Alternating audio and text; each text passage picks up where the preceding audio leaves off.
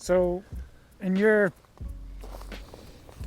expertise, what do you think is the best thing to try and grow up these trellises here? The cucumbers? I would do cucumbers or, well, so this time of year, that question is a little different than a couple months ago. We're getting into the wetter parts of the year, you know, at the end of April, the beginning of May. It's going to be really hot. We've kind of passed all our cold fronts now. And so a lot of things can't really handle the heat of the summer. The best bean you can grow are either cowpeas, like black-eyed peas, Okay. or yard-long beans, which is a green bean, but they're just very long.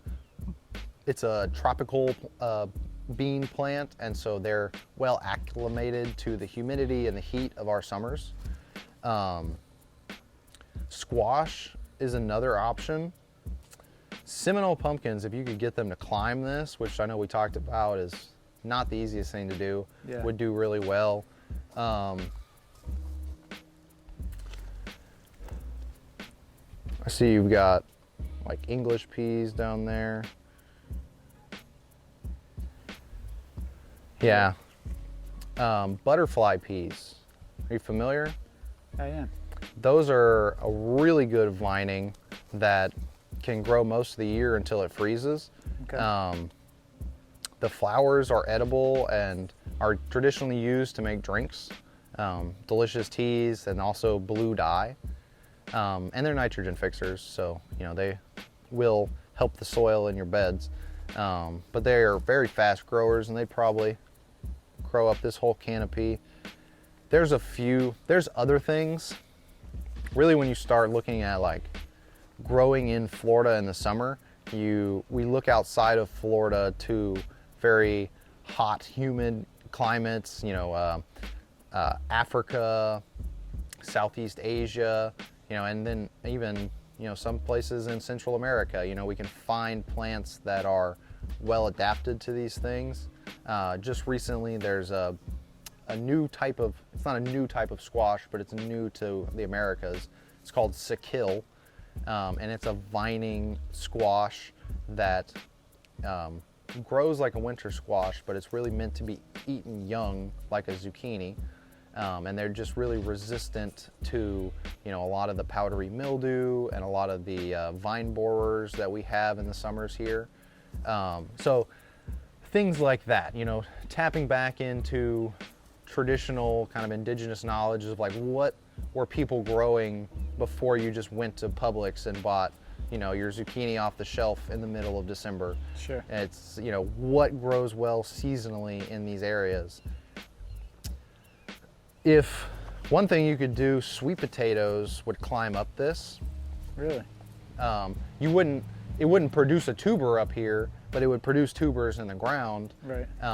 And sweet potatoes, they are flowering plants that produces a beautiful flower. It's similar to a morning glory flower because they're very closely related.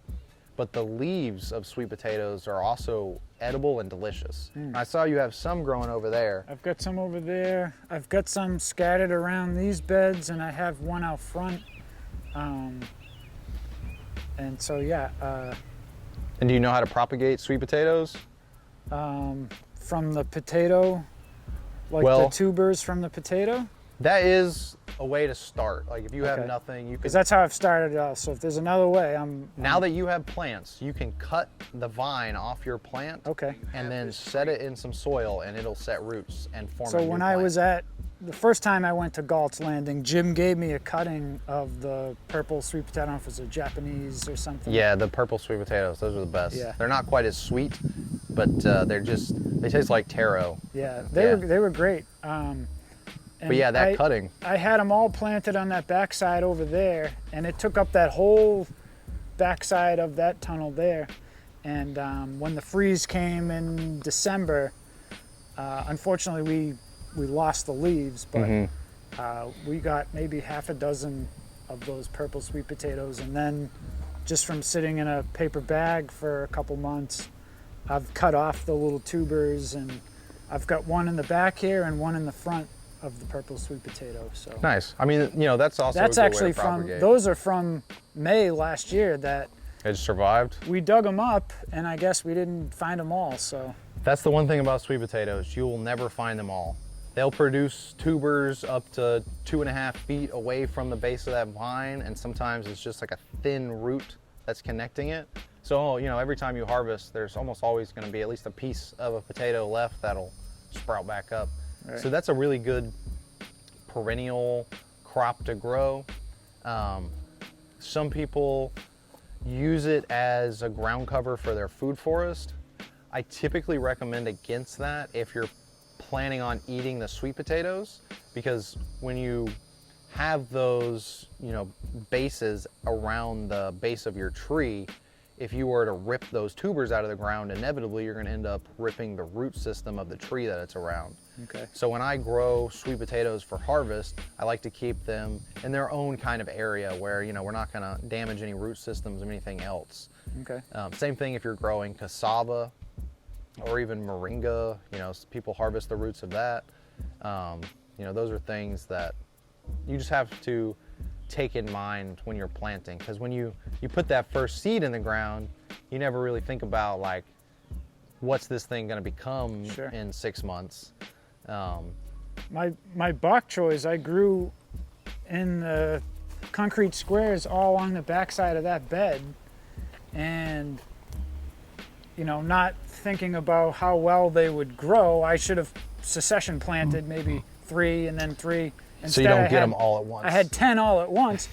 I love bok choy. I ate bok choy every day, but they grew so fast. That's why they ended up bolting. And at that point, I just let them. I mean, it brought so many bees in. You can see all the, you know, Yeah. the bees that are over here. So, you know, I'm just letting these. There's some kind of bug on this one, but you know, at this point, I'm just letting it be a part of the ecosystem.